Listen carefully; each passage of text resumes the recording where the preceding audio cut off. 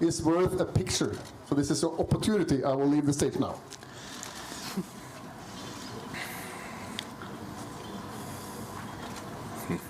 So let's start with Shericka. Welcome to Norway. It's your second time to Norway, two in a row now. Yes, definitely. Good evening, everybody. Thanks for having me.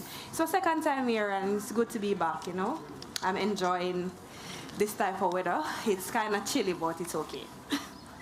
I can't promise you the same tomorrow, but let's hope.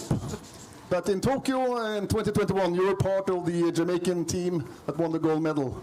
And you, after that, in Eugene, did something amazing with the double gold, 100, 200, and then again, last year in Budapest. So you probably are extra motivated to now to get this individual gold in Paris.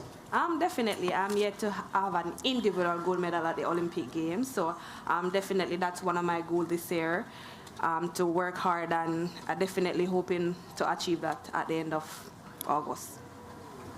You know, Shericka, that this group of athletes, there's a couple of world record holders here as well. Karsten, Cheptegei, and Jakob has a couple.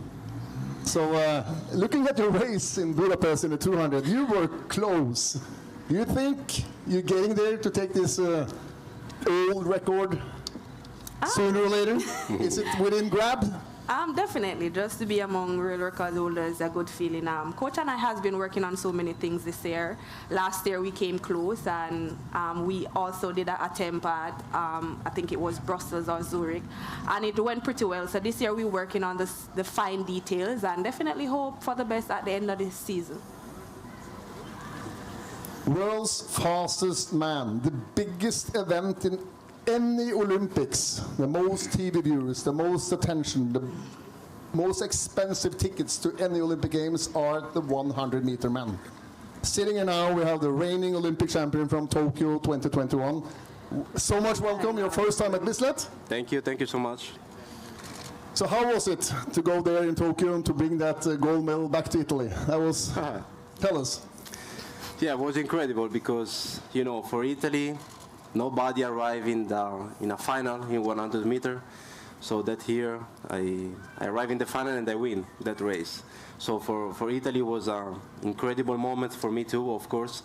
And after 6 days, we won with the relay too.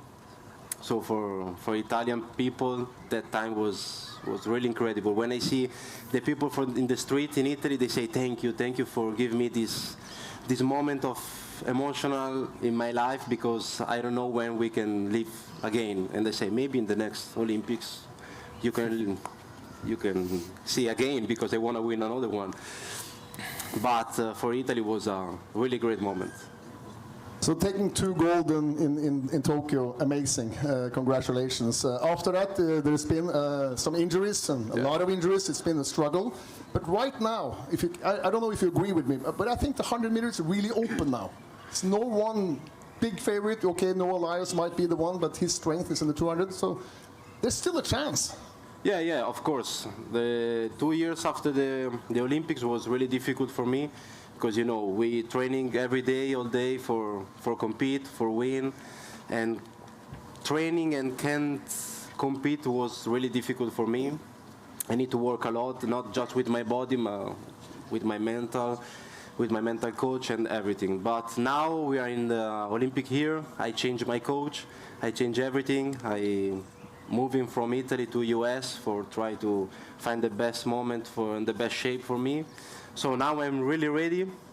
I know technically I need to make some adjustments, so I need to compete a lot.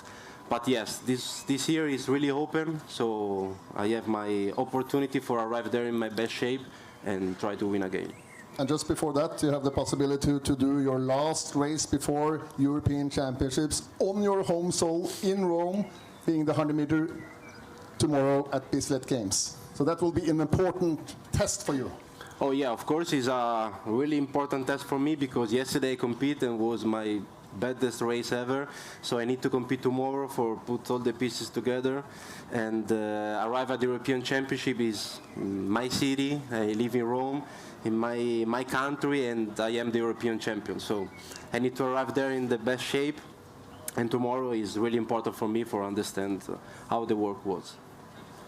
Karsten, 2021, you ran the race of a century, winning the Olympic gold medal and pushing the limit that no one thought was possible with a run of under 46.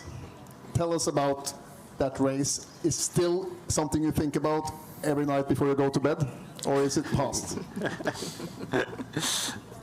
No, I don't think about it every night before I go to bed, but sometimes it strikes my mind, and I think everything becomes a habit also, right? And I think this is also why you keep pushing year after year after that as well, because you know it was good at that moment. I'm very happy to and proud to be able to do it, but you still also want more, and you don't get more if you don't continue to push and put these records behind you and say, I think I can do even better. To this point, I haven't done it, but every day is the work towards achieving that moment yet again. And you're triple world champion. You have 1 Olympic gold medal. So go in there, try to defend your Olympic gold medal. Just 3 years, actually, after you won the first one. Does that give you this extra edge of motivation?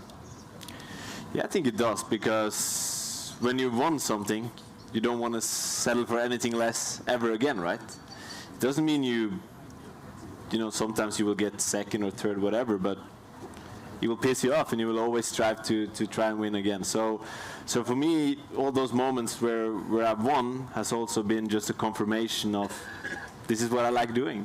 But the event is very hard now. I need to stay on my toes to be able to be in the top. And all my competitors are also pushing me a lot, so we don't get anything for free anymore. And there's one event, one competition outside the championships that has a special place in your heart, is Bislett. Bislett is a place you like to perform. Yes, sir. I think, Bislett for me is a place where I train all year around. So somehow it feels like home soil. The latest years also, the audience and the Norwegian fans has really got their eyes open for track and field. It's packed, it's sold out weeks before, and I think that's great to be a part of. And to be here, I have just very good memories from Bislett Stadium. So it always brings back good feelings when I enter the stadium on competition day. And now on to you, Jakob, just running back from a long training camp and starting your season. Really good, I think. I was very, very happy and to see you back in attacking mode. Tell us about the year, which has not been so easy for you with some kind of injuries, but now you have the smile back on. Yes, I think definitely it's good to be back racing. Usually I try to race, throughout the whole year. But I was not able to participate this winter. So it's definitely good to be back.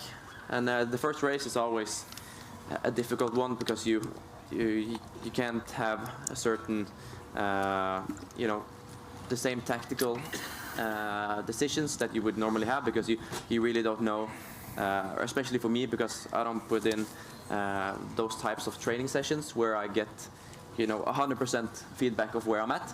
So I really rely on my competitions to know, when to push and when not to push, and where I am fitness-wise. So it's very good to finally have my first race, and of course I'm a big competitor, but at the same time, injuries is a big part of an athlete's life, and especially our sport. So.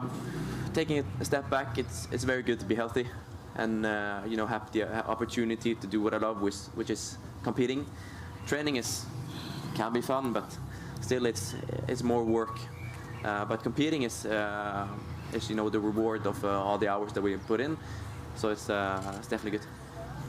Last year at Bislett, the 1500 meter was special. It was special, it was historic, it was unbelievable. We had 8 guys running under 3:30. And the winner and the guy that actually made that happen was you. Everything last year was very good. the pacemakers did a good job. The conditions was very good. I had a good day in the office, and I think the rest of the field also. So, of course, it's important to grab those opportunities and to make the most out of it when everything is nice, because Oslo is a nice place, but it can be, the conditions can be so-so. So I'm hoping that we can have some good conditions tomorrow as well, and hopefully the performance also rises, and it's very good. In Tokyo, you finally got that gold medal that you were seeking for. It was some years leading up to it, and your international breakthrough, the arrival of Jakob Ingebrigtsen on the world scene was in Tokyo, winning that Olympic gold medal. It's now a few months till you're going out to try to defend it, but you always have 2 chances. The others, many, they don't. So it's still a goal to defend your 1500, at the same time try to take away the Olympic gold medal from the guy next to you. Yes? Yes. I think it's, I'm mostly focused on the 1500 meters, so I see it as one shot. But then again, it's nice to have 2 competitions, because you kind of make the most out of it. It's like the sprinters, a lot of them do 100, 200, and kind of do multiple distances in one championship. And for some people it works, some people it doesn't. And if I'm in very good shape and I feel strong, I think that gives me a good possibility to do well in the 5K. But it's also a little bit with the schedule. So in Tokyo I didn't do both, because the schedule was different, because I'm always gonna focus on my main event, which is the 1500 meter. And if something removes or kind of affects the performance in that event, it's gonna be more difficult. Joseph, you won the Olympic gold medal in Tokyo in the 5,000. You also have the world record in the 5,000. This guy sitting next to you to the right, he's attacking both of them. How are you going to defend it? What's your plan?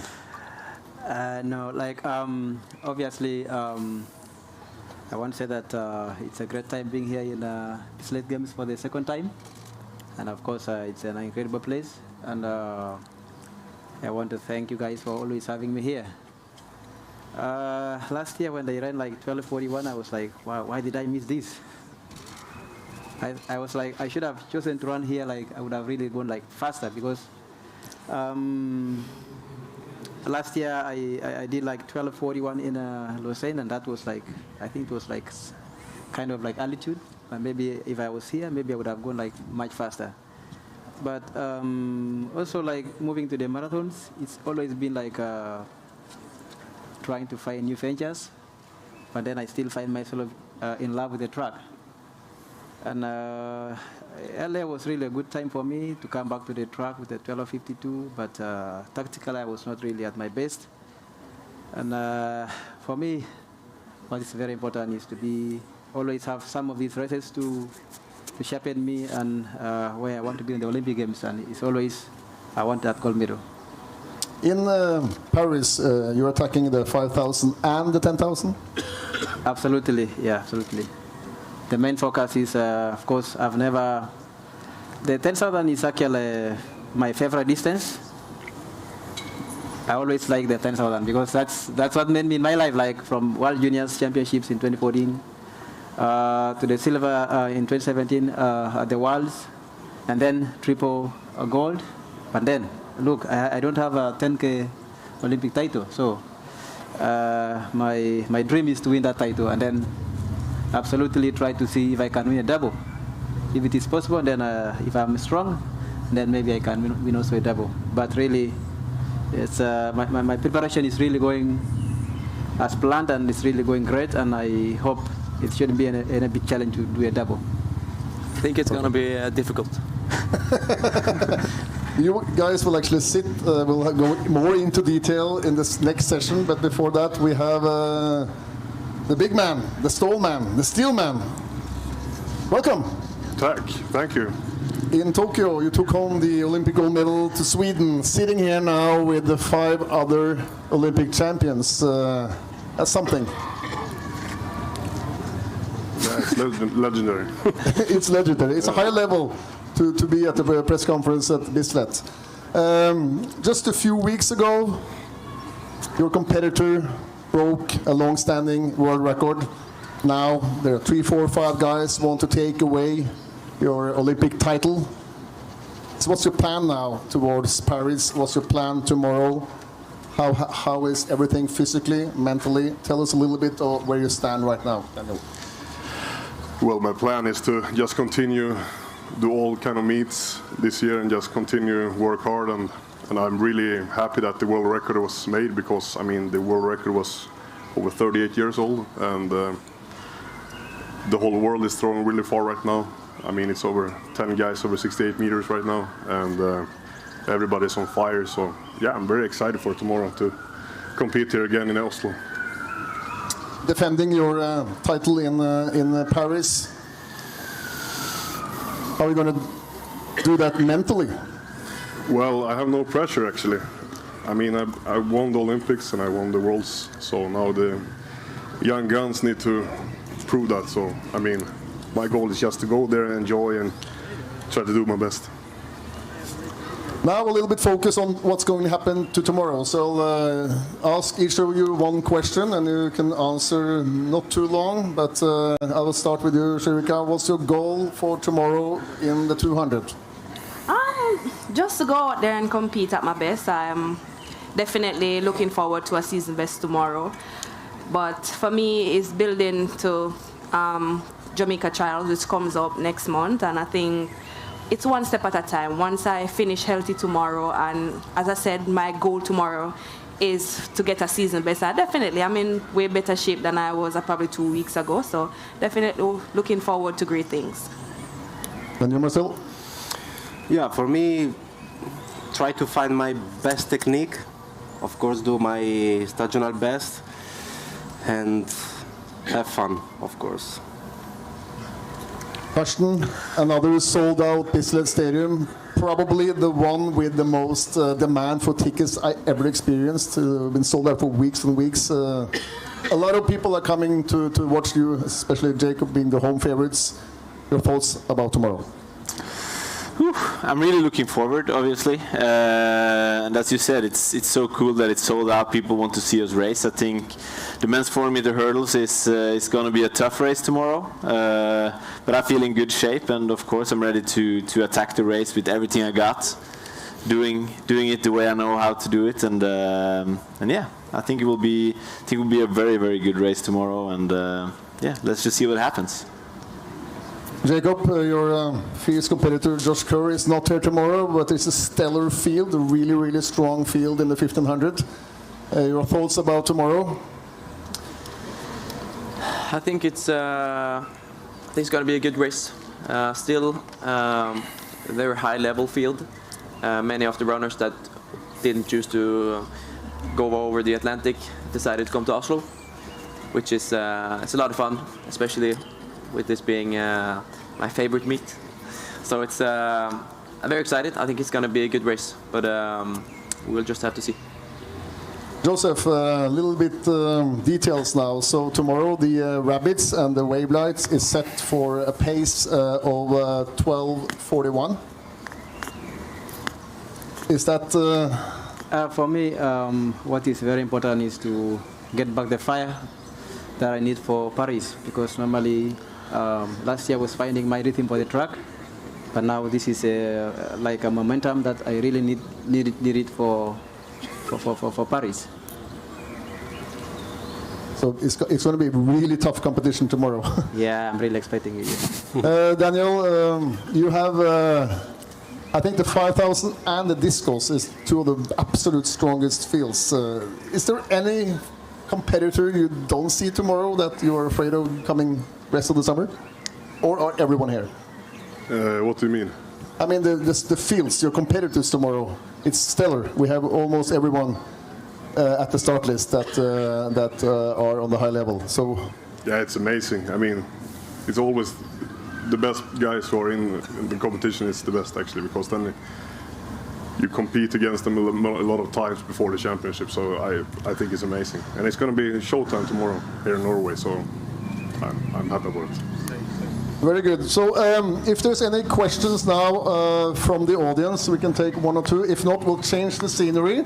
So we'll get two other athletes up, being Dos Santos, Alekna, and then we'll say thank you so much to the fastest woman in the world, Shericka, and the fastest man in the world, Marcel Jacobs. Thank you so much. Thank you. And then there will be a lot of journalists that probably want to have some more chats with you on the backside here. Okay. Thank you. Thank you so much. Thank you. Thank you. See you guys. Then we welcome up Alison Dos Santos. We have him here. I'm gonna have a sunburn. And Så det bare kjennes sånn ut sånn. Hello, hello. Ikke? Jo. Ikke sant, jeg. Så du kan bare ta når det skjer ingenting. he's getting Nei, my det skjer cup. jo noe, men UV-en er veldig mye med. Slå kontroller. Så lenge ut i solen. No, we'll start now with more into the duels of tomorrow. And one of the biggest duels, of course, which it is every year at Bislett, is the 400-meter hurdles race. And here we have two of the big megastars in this amazing event, where the level is incredible at the moment. So welcome, Alison, to Oslo. Thank you. Appreciate it. It's always good to be here, to face like a good crowd, a nice city, and hopefully a good weather. I'm excited for tomorrow. I went to Doha a few weeks ago, and I was lucky enough to see you start your season. And maybe Karsten was watching that race on television and thinking, "Oh shit!" It was a pang. You're back with a vengeance. Yes, it was a good start. It was a good kick. Started good, just feeling good again with myself, in workout and practicing, just it's not bothering me anymore. I'm a health athlete again, so I'm excited to see what we can do in this season. I'm excited to see what gonna be the next times, the next race, because when you start your season running well, you get more confidence about yourself, about your practice and the rest of your season. So very excited about it. It was a good one. How is it to come to Karsten's lion cage, his home stadium? He's going to defend his house tomorrow for the last breath of air. I guess that's nice though. Come to Karsten's home knowing that he know the track and he's excited to run here. We want to perform well. We want to run really, really great times, and we know that we push each other. So I know that if he's in the race, I need to just keep pushing, just run as fast as I can, and I know you're gonna have the same mentality. So we're just gonna go there for a war, just fight for the same thing. Now a question that you have to answer honestly, and I will ask the same question to Karsten after. How many spectators or how many people in the sold-out stadium? It's 15,000 people in the stadium tomorrow. How many do you think will cheer for you? For me, I would say a good number. I'm not that down in the numbers. I know there's some people that come from other places as well, from other countries, to watch the competition. They're gonna be sharing, cheering for the race, rooting for us, to see something beautiful. And I would say maybe 30% is gonna be cheering for me, but that's nice though. Yeah, ready for that. So that's your guess. Karsten, what would you say if 20% of your home public is cheering for your competitor tomorrow? I would say everybody has a different taste, but no, you know what I think? I think honestly, when we run, all we hear is noise. If they cheer for him, if they cheer for me, you just hear noise. Exactly. So it's gonna be crazy out there either way. I know a lot of the Norwegian people will show up, but also maybe there are some Brazilians in Oslo that will show up for Alison as well, and I totally agree with him. I think we'll have a great race tomorrow, no matter what. And we saw your start in Bergen. I was there myself. You are in fantastic shape, kind of the same shape you were in the beginning of the 2021 season, where we all know where that ended. And the race tomorrow, probably going to take, if it's weather conditions is okay, 46.5 or lower to win. You think you're in that kind of shape now, Karsten? First? Yeah, I think. And also, it's always hard to say. As you say, the weather will always determine a lot, but usually I'm ready to give it my all, and given the training and the results we've seen, there's nothing that tells me that I'm not capable of doing what I want to do. but I always like to let my legs speak the most of it. So let's see tomorrow. One last question to Alison. In Paris in a few months, it could be a case where you run 46.1, 46.2 and only get a bronze. What would you say in a circle if that's you? I guess after Tokyo, after like when 46.7 that moment and get third, I was trying to understand what's going on with the events. Like, yo, how that can happen? You know, run that fast and still get third. But we are getting faster and faster, and you are here to fight for the gold. We want to just win the gold in Paris. We are working for it. So we just have like the thought, the mindset of just like be ready for it. We're gonna be ready for fight for the gold. We're gonna be ready for fight like for the winning. So it's possible like really fast, like 45.9, 45.8, 46.1, and still get third. But that's the second field, you know. Just hopefully the fast is gonna win. That's amazing. Jakob, we've been talking about the 1500, but now we turn the focus to the 5000, and we turn the focus to the 5000 because that's the Olympic medal you're looking forward to get in a few months. You are double world champion in the 5000. When do you think will be the year you start running 5000s regularly on the Diamond League, maybe trying to attack Joseph that sits next to you, his world record? When will that be time in your progression? How does it feel? How does it look on your plan? It's a good question. I did the double in Eugene last year. That was the 3K. 3K? And also it helps with being 2 competition days. But I'm mostly focused on the 1500 meter. But at the same time, I want to perform at other events and longer distances. But I will mainly focus on that event for as long as I can, maybe until the point, if there's a point, I realize that the pace is too fast in training. Hopefully never, but not sure. So the plan has obviously worked. You do a lot of 1500 in competitions in the Diamond Leagues, and then you do 5000, maybe 3000, always doubling in the championships. So not in the near future you see yourself attacking the world record in the 5000, which many of us, me included, think you will have a very good chance to take. Maybe even bigger chance than taking the 1500. I will definitely try in the nearest future. When, that I don't know. It's all about prioritizing and making a good schedule for or to accomplish the things you want to do. But I think 5K championship races is very exciting because it's very nice the way it's honest in the way that the running strength plays a big role. But at the same time, there's always 5, 6, 7 athletes fighting for it at the end. So it's a good mix of tactical but also just honest running strength. So I like it a lot, especially when the schedule is nice for me to focus on the 1500 meter first. Joseph, your world record at the 5000. It's a lot of people now that think that record is going to go this year. It might, even somebody is talking about if we get good weather tomorrow, it might go tomorrow. You will be there fighting. What do you think is possible now in the 5000? Do you think it's possible in the nearest future to run on the 12:30?